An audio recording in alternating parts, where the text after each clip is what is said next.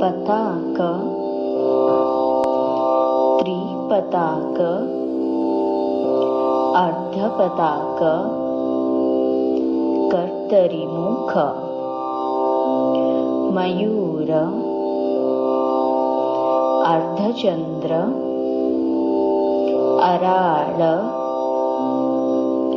सुकतुंड, मुष्टि, शिखर,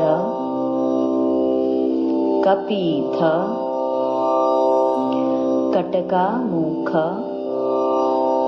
सूची,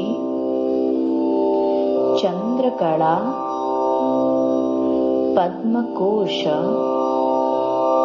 सर्पशीर,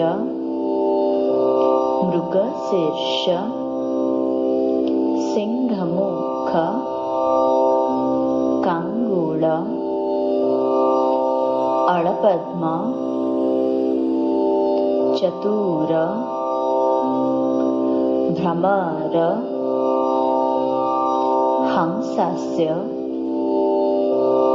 हंसपक्ष, संदांशु, मुकुल, ताम्रचूड,